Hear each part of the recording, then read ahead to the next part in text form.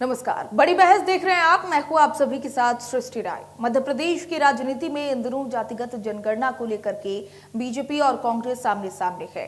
जहां एक तरफ कांग्रेस इसे राहुल गांधी की पहल बताकर इसका श्रेय ले रही है, तो वहीं दूसरी तरफ बीजेपी इसे प्रधानमंत्री मोदी का ऐतिहासिक निर्णय बता रही है। अब ये सियासी जंग सिर्फ मंचों और बयानों तक सीमित नहीं रही। बीजेपी ने इसे जन जन तक पहुंचाने का प्लान तैयार कर लिया है। बीजेपी प्रदेश कार्यालय में आयोजित ओबीसी मोर्चा की प्रांतीय कार्यशाला में राष्ट्रीय अध्यक्ष के लक्ष्मण ने कार्यकर्ताओं को साफ कहा है, हमें हर मोहल्ले, हर गांव, हर घर में जाकर के बताना है कि प्रधानमंत्री नरेंद्र मोदी ने ओबीसी समाज के लिए क्या क्या किया है। बीजेपी ने तय किया है कि अब जातिगत जनगणना के मुद्दे पर केंद्र सरकार की पहल और ओबीसी वर्ग के लिए किए गए कार्यों की पूरी जानकारी पर्चों और बुकलेट के जरिए लोगों तक पहुंचाई जाएगी। वहीं पूर्व केंद्रीय मंत्री अरुण यादव ने बीजेपी के इस अभियान को झूठ की मार्केटिंग बताया है और कहा है कि जातिगत जनगणना की मांग कांग्रेस ने सबसे पहले उठाई थी। राहुल गांधी वर्षों से इस मुद्दे पर संघर्ष कर रहे हैं। अब बीजेपी सिर्फ और सिर्फ चुनावी फायदे के लिए इसका फायदा उठाना चाहती है। कांग्रेस नेताओं ने यह भी कहा कि बीजेपी ने पहले इस मांग का विरोध किया था, लेकिन जब देश भर में ओबीसी वर्ग की आवाज उठने लगी तो अब उसी को अपना बना करके श्रेय लेने की कोशिश कर रही है। ऐसे में राजनीतिक विश्लेषक मानते हैं कि अब ये मुद्दा सिर्फ सामाजिक नहीं रहा, चुनावी अस्त्र भी बन चुका है। मध्य प्रदेश जैसे राज्य में जहां 45% से ज्यादा ओबीसी आबादी है, वहां इस मुद्दे पर कौन असली हितैषी है, यही जंग का विषय बन गया है। इसी पर करेंगे चर्चा, लेकिन पहले ये बयान सुनिए। मोर्चा आज देश भर में गांव-गांव पहुंचेंगे, घर-घर जाएंगे, राहुल गांधी जी का और कांग्रेस का पर्दाफाश करेंगे, जो झूठा वादा करके लोगों को किस तरह गुमराह करे। आप 60 साल में शासन में रहने के बावजूद जातिगत जनगणना किया नहीं, मगर जब से मोदी जी आया ओबीसी के कल्याण के लिए ऐतिहासिक जो निर्णय लिया गया, वही मुद्दे को लोगों के बीच में हम जाना चाहते हैं। आप 60 साल सत्ता में रहने के बाद नहीं किया, मगर मोदी जी ने 11 साल के अंदर आज पिछले बार आयोग को संवैधानिक दर्जा दिया, जातिगत जनगणना आज शुरू किया जा रहा है। इस तरह अनेक जो निर्णय उनके कल्याण के लिए लिया गया, वो हम लोगों के बीच में पहुंचा। अब विपक्ष में है जब इसको मुद्दे को राजनीति बनाना चाहते हैं, शासन में है जब क्यों नहीं किया, काका कलेक्टर कमीशन को क्यों टुकराया, मंडल कमीशन को क्यों विरोध किया, जवाब दो ये पहले। कांग्रेस पार्टी का एक बड़ा लंबा इतिहास रहा है। कांग्रेस पार्टी सदैव दलित, आदिवासी, पिछड़ों की मांगों को लेकर संघर्ष करती रही। देश में जातिगत जनगणना हो, इसको लेकर राहुल गांधी जी पिछले कई वर्षों से संघर्ष कर रहे हैं। आज तेलंगाना की कांग्रेस की सरकार ने जातिगत जनगणना पूर्ण करके एक मॉडल देश के सामने प्रस्तुत किया है। आज केंद्र की सरकार ने जातिगत जनगणना करने की मांग की मंजूरी दी है, हम उसका स्वागत करते हैं। लेकिन हम केंद्र की सरकार से मांग भी करते कि समय सीमा में देश की जातिगत जनगणना होनी चाहिए, ताकि ये स्पष्ट हो कि जिसकी जितनी आबादी देश में, उसको उतनी हिस्सेदारी देश में मिल रही है। एक बार फिर से हम राहुल जी का एक इस ऐतिहासिक कदम के लिए देश के जनता की ओर से, दलित, आदिवासी, पिछड़ों की ओर से उनका धन्यवाद करते हैं और केंद्र सरकार से मांग करते हैं कि इसको शीघ्र ही जातिगत जनगणना को पूर्ण कराए। तो चलिए चर्चा की शुरुआत करते हैं। हमारे साथ मेहमान भी जुड़ चुके हैं, परिचय करवा देती हूँ। मंजू जैन बीजेपी की प्रवक्ता हमारे साथ जुड़ी हुई हैं, बहुत स्वागत है आपका। अमित चौरसिया कांग्रेस के प्रवक्ता हमारे साथ जुड़े हुए हैं, आपका भी बहुत स्वागत है।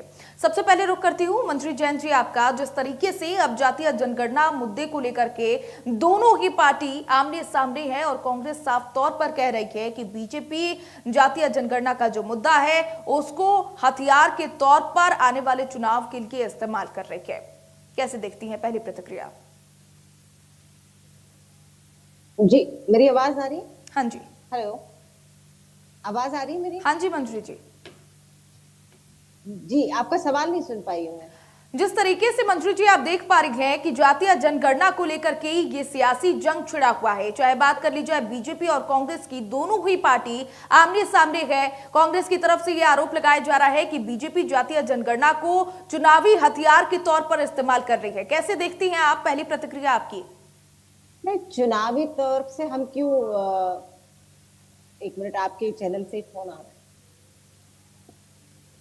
हम चुनावी तौर से क्यों उपयोग करेंगे? हम तो हमेशा से सबका साथ सबका विकास करने की बात करते रहे हैं और दूसरी बात यह है कि लगातार जो है कांग्रेस ने जातिगत जनगणना की बात सिर्फ राजनीतिक लाभ लेने के लिए की है।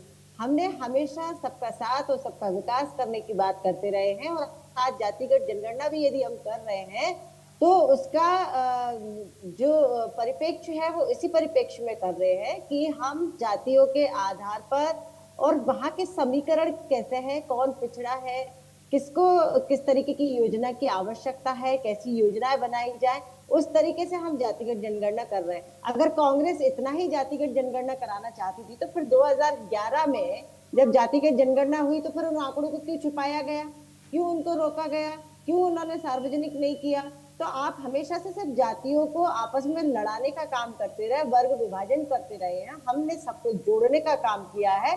और आज जी आपके चैनल से बार बार फोन हम लगातार लगातार हमने हमेशा सबको साथ लेकर काम करने की बात की है। हमेशा से जनता जन सेवा की बात करते रहे सबको। हेलो, मेरी आवाज आ रही है क्या? हाँ जी, हाँ जी मंत्री जी, मैं आपको सुन अच्छा, पा ये रही हूँ। आपके चैनल से बार बार फोन आ रहा है, एक मिनट में फोन। हेलो, पता नहीं क्यों नहीं हो रहा है। ठीक है मंत्री जी, अमित जी का रुख कर लेती हूँ। अमित चौरसिया जी भी हमारे साथ जुड़े हुए हैं।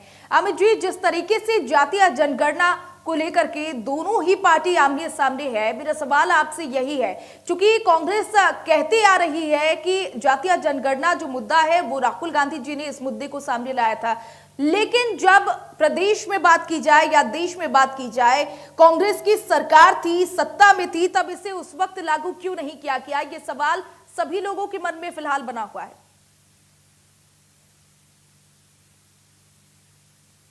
अमित जी, अमित जी, एक बार आप अपने आप को अनम्यूट कीजिए।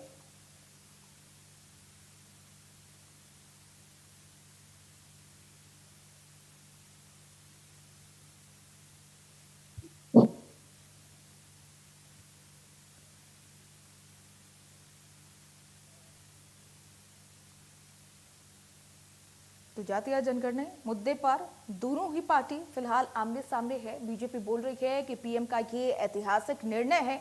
दोनों पार्टियों में श्रेय लेने की होड़ लगी पड़ी है। एक तरफ बीजेपी है, दूसरी तरफ कांग्रेस है। जातीय जनगणना पर यह सियासी जंग छिड़ी हुई है, लेकिन सवाल आखिर कांग्रेस इस चीज से तंग क्यों हो रही है? क्योंकि जब बीजेपी कह रही है कि ये एक ऐतिहासिक पहल है, पीएम मोदी की तरफ से ये एक ऐतिहासिक निर्णय लिया गया है जातीय जनगणना का, तो दूसरी तरफ कांग्रेस इस चीज से चिढ़ रही है।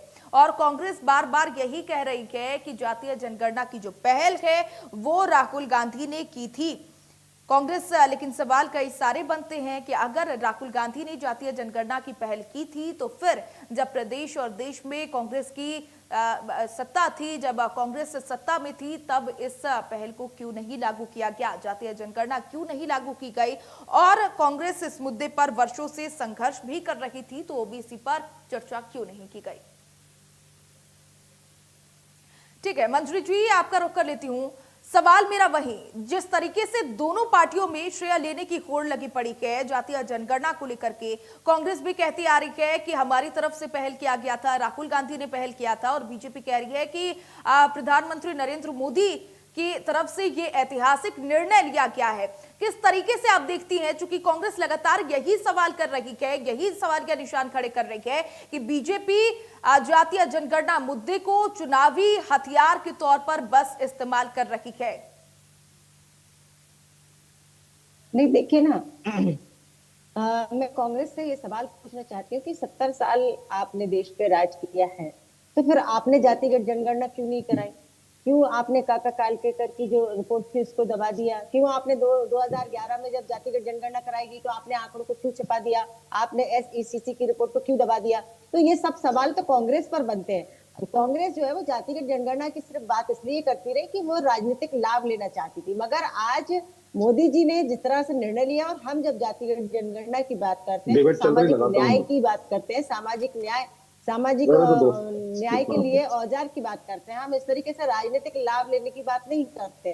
कांग्रेस हमेशा से जातियों को आपस में लड़ाने की, वर्ग विभाजन करने की हमेशा से बात करती रही। कांग्रेस का तो ये आदत है उसकी, ये पहचान है कि फूट डालो और राज करो, वो अंग्रेजों की नीति पर चलती है। लेकिन भारतीय जनता पार्टी कहती है कि सबका साथ सबका विकास, हम सबको जोड़ कर चलते हैं। आज जितनी भी भारतीय जनता पार्टी की सरकार ने योजनाएं बनाई, जनधन से लेकर उज्ज्वला से लेकर पीएम आवास से लेकर, हमने हर वर्ग हर जाति के उसका लाभ पहुंचा है। जो उसका पात्र था, जो उसके जो भी हितग्राही है, वो आज जो गरीब, जो क्योंकि जो माननीय प्रधानमंत्री मोदी जी जो कहते थे गरीब जाति है, जो व्यक्ति गरीब है उसके लिए योजनाएं हैं, और उन्हीं को आधार बनाकर आज जातिगत जनगणना भी इसीलिए की जा रही है कि जो पिछड़ा है हम उसको सामाजिक न्याय देंगे, उसको आगे पंक्ति में लाकर खड़ा करना है। जो अंत्योदय की अवधारणा, जो भारतीय जनता पार्टी की सरकार जो चल रही है अवधारणा पर, वो जो माननीय हमारे दीनदयाल उपाध्याय जी जो हमारे पथ प्रदर्शक रहे, डॉक्टर श्यामा प्रसाद मुखर्जी, उन सबके मार्ग पर बताए आज सरकार काम कर रही है माननीय मोदी जी के नेतृत्व में। और जिस तरह से नीतिगत निर्णय माननीय मोदी जी की सरकार ले रही है और गरीबों को आगे लाने के लिए, जनसेवा के लिए, राष्ट्र सेवा के लिए, तो लगातार इस पर हम काम कर रहे हैं। लेकिन कांग्रेस ने तो सिर्फ जो है जातिगत जनगणना की जब भी वो बात करते रहे, सिर्फ उसका लाभ लेने के लिए, आज चाहे वो आदिवासियों की बात करते हो, हमारे जनजाति भाई बहनों की बात करते हो, वो सब राजनीतिक लाभ लेने के लिए, उनके लिए भी आज तक आपने कुछ नहीं किया। पैसा एक्ट हम लेकर आए। आज अगर हम जनजातीय समाज की बात करें तो आज उनके क्षेत्रों में जाकर देखिए कि हमने हर तरीके की वहाँ सुविधाएं कराई, चाहे सामुदायिक भवन हो। ठीक है मंत्री जी, अमित चौरसिया जी भी जुड़े हुए हैं, उनका भी रिएक्शन ले लेते हैं। अमित जी, आपका रुख कर लेती हूँ। सवाल वही कि जिस तरीके से दोनों ही पार्टी आमने सामने है, दोनों ही पार्टियों में कोड लगी कोई कहे जातीय जनगणना मुद्दे को लेकर के, दोनों ही पार्टी चाहती है कि श्रेय हमें मिले, लेकिन बीजेपी की तरफ से सवाल यही उठाया जा रहा है, क्योंकि कांग्रेस भी सवाल कर रही है कि बीजेपी चुनावी हथियार के तौर पर इस्तेमाल कर रही है, लेकिन बीजेपी की तरफ से भी यही सवाल किया जा रहा है कि जब प्रदेश और देश में दोनों ही जगह पर कांग्रेस सत्ता भी थी, तब आखिर इस मुद्दे को क्यों नहीं उठाया गया, क्यों नहीं लागू किया गया? जी नमस्कार, मेरी आवाज आ रही है आपका? हाँ जी जी, आपके सभी दर्शकों को भी नमस्कार है। देखिए, मंजरी जैन जी बड़ी भोली हैं और एक स्क्रिप्ट लिखकर आई है भारतीय जनता पार्टी के कार्यालय से, लगातार उस स्क्रिप्ट को देख देख के पढ़ती चली जा रही हैं, जबकि वो भूल गई कि उनके ही भारतीय जनता पार्टी के जो नेता हैं, जो मंत्री हैं केंद्र में, नितिन गडकरी जी, उन्होंने कहा था कि जो जात की बात करेगा उसको लाभ दूंगा। उन्हीं के प्रदेश के तत्कालीन मुख्यमंत्री शिवराज सिंह चौहान जी जातिगत जनगणना का संसद से लेके सड़क तक विरोध कर रहे थे, वीडी शर्मा जी विरोध कर रहे थे, विश्वास सारंग जी विरोध कर रहे थे, रामेश्वर शर्मा जो विधायक है भोपाल से, जो समय समय पर अपनी जहरीली जुबान के लिए मशहूर है, वो क्या कह रहे थे कि कांग्रेस साहब विभाजन की राजनीति कर रही है, जातिगत जनगणना, मोदी जी ने तो 4 जातियों में देश को बांट दिया। ये सारे स्टेटमेंट है। अचानक यू टर्न होता है और चुनाव जैसे बिहार की ओर आता है और करवट लेता है, वैसे क्रेडिट जी जो है हमारे देश के प्रधानमंत्री, वो तत्काल सक्रिय होते हैं और एक जुमला फेंकते हैं कि साहब उस देश के अंदर जातिगत जनगणना होगी। अरे साहब, जातिगत जनगणना का सिर्फ ये जुमला आपने दिया है, 535 करोड़ का बजट, और उसको भी आपने कहा कि अक्टूबर 26 से हम जो है केंद्र शासित प्रदेश में लागू करेंगे और मार्च 2027 में हम देश के अंदर जातिगत जनगणना कराएंगे, जिसके जो नतीजे आएंगे वो 2030 के बाद आएंगे, यानी 2031 तक हमें प्रतीक्षा करना पड़ेगी। लेकिन बात यह है, आपके सभी दर्शकों को भी बताना चाहता हूं मैं कि राहुल जी ने स्पष्ट कहा था कि टाइम लिमिट जारी करिए, और पूरे देश का बच्चा जानता है कि इस देश में संविधान बचाने की किसी ने लड़ाई लड़ी थी तो राहुल गांधी जी थे, और इस देश में संविधान को नष्ट करने की और खत्म करने की किसी ने बात करी थी तो भारतीय जनता पार्टी की उप मुख्यमंत्री से लेकर संवैधानिक पदों पर बैठे हुए वो नेता थे जो ये कह रहे थे कि हमें 400 पार दिला के दीजिए, हम इस देश के संविधान को बदल देंगे।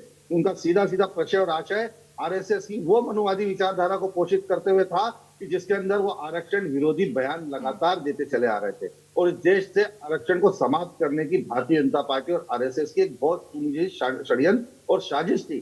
जिस तरह से लगातार केंद्र शासित पीएसयू को खत्म करके प्राइवेटाइजेशन किया गया, आज देश के अंदर आरक्षण व्यवस्था को कमजोर किया गया, ये सब किसके शासनकाल में हुआ? 14 वर्ष के शासनकाल में हुआ। मंजरी जी कह रही थी कि कांग्रेस कर देती, अरे 2011 में गोपीनाथ मुंडे जी इन्हीं की पार्टी के सांसद थे, मनमोहन सिंह जी से उन्होंने कहा कि आज देश समय और काल परिस्थिति कह रही है कि आप जातिगत जनगणना कराइए ताकि पूरे देश की तस्वीर सामने आ सके। आज वही बात राहुल गांधी जी कह रहे हैं कि देश का एक्सरे कराइए। तब तो तत्कालीन प्रधानमंत्री मनमोहन सिंह जी ने मोदी जी सरी का नाटक और ड्रामा और सियासी राजनीति नहीं करी, सीधा उठाया 2011 की जनगणना चालू कराई। अब आप खुद ही देखिए 2027 में जातिगत जनगणना शुरू होगी, जिसके परिणाम 2031 के बाद आएंगे। तो क्या केंद्र में जब तत्कालीन कांग्रेस की सरकार थी तो उन्होंने 2011 में घोषणा करी, तो क्या 2016-17 तक लाते वो आंकड़े जारी हो जाते? वही आंकड़े मोदी सरकार ने अपने पास दबा के रखे 2014 से। 3 साल बाद मोदी जी आए सरकार में और 3 साल में पूरे देश में हमने जातिगत जनगणना करवा दी थी, लेकिन उस सेंसेक्स के आंकड़ों को दबा दिया गया। सुप्रीम कोर्ट में चुनौतियां दी गई पिछले दरवाजे से जाके। तो कौन थे वो संगठन, कौन है वो एनजीओ? सबकी लिस्ट है मंजरी जी, जो आरएसएस द्वारा पोषित एनजीओ है, जो मध्य प्रदेश के 27% आरक्षण के खिलाफ कोर्ट में गए, जो इस जातिगत जनगणना के खिलाफ केंद्र सरकार को सुप्रीम कोर्ट में गए, ठीक है। सारे की सारे मैडम एनजीओ जो है वो आरएसएस की विचारधारा से पोषित है। आज क्रेडिट इनको चाहिए। अरे हमने कभी इस देश में राजनीति के लिए कोई मुद्दा नहीं उठाया। हमने इस देश के सामाजिक और ठीक है। समतामूलक समाज के विकास ठीक की है, हमेशा अमित जी। बात करी है। ठीक है, ये मंजू जी का कहना रुख कर कि लेती सिर्फ हूँ। क्रेडिट तो बिहार में भारतीय जनता पार्टी ले रही है।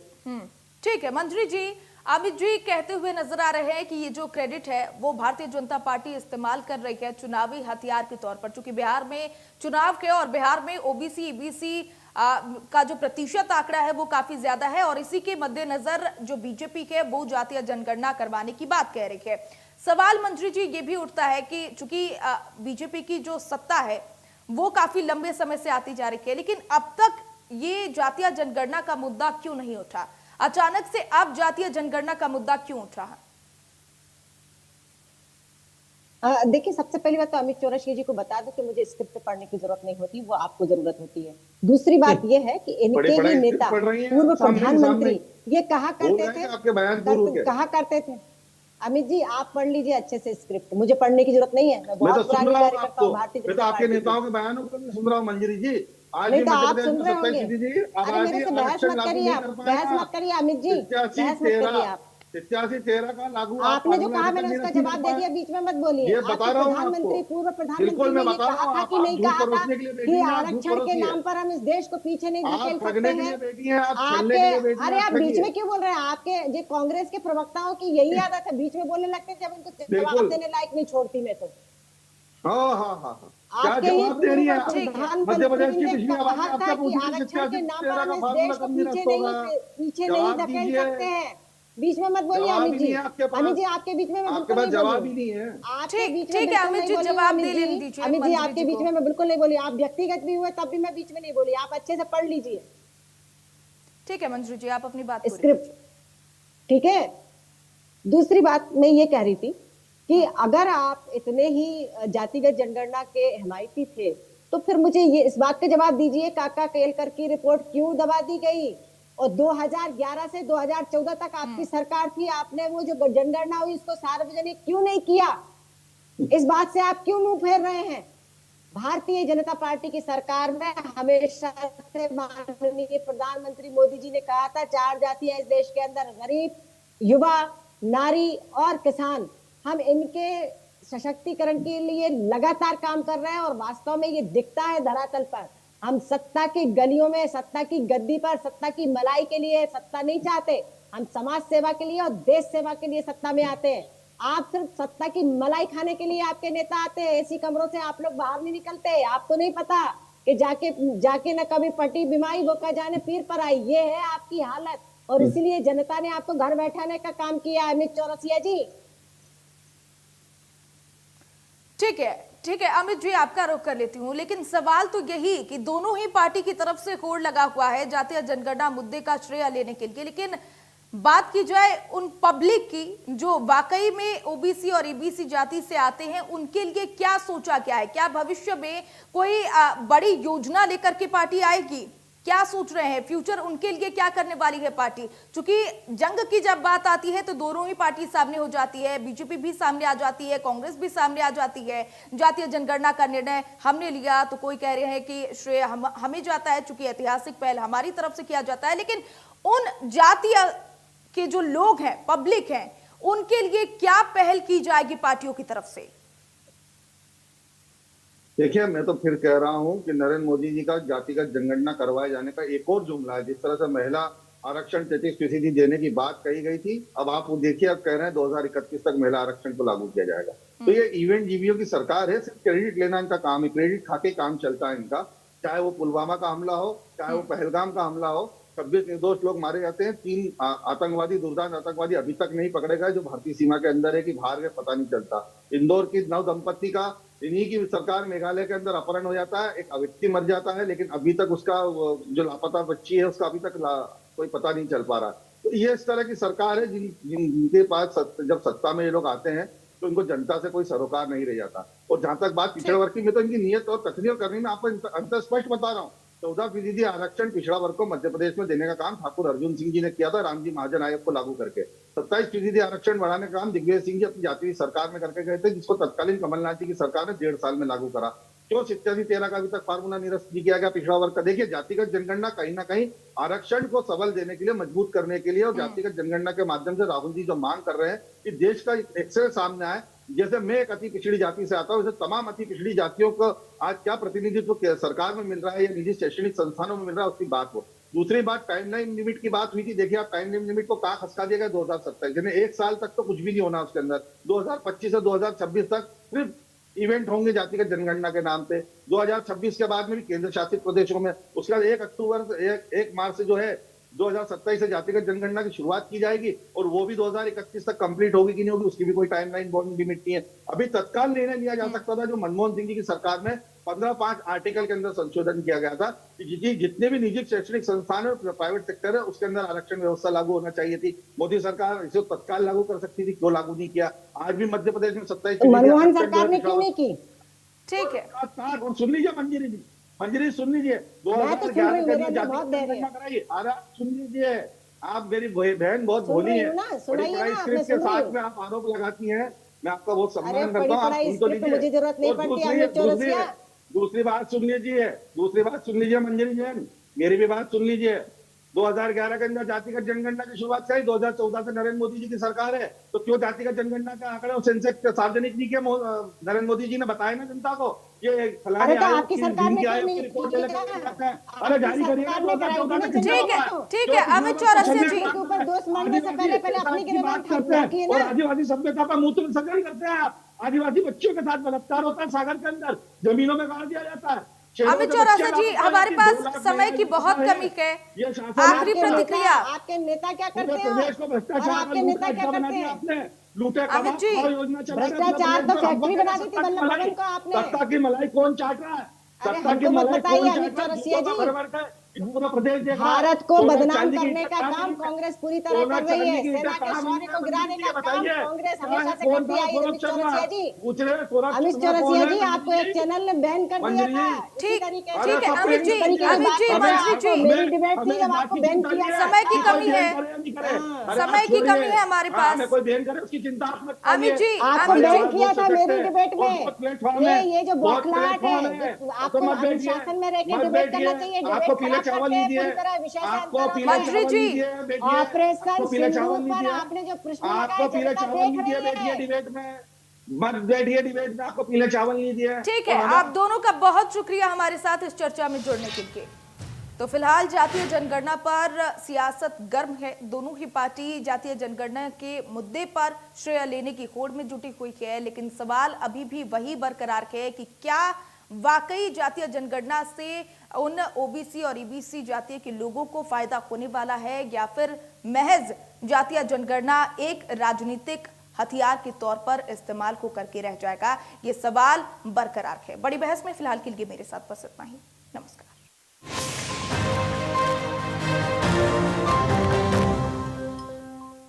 पंकज जी को बीमारी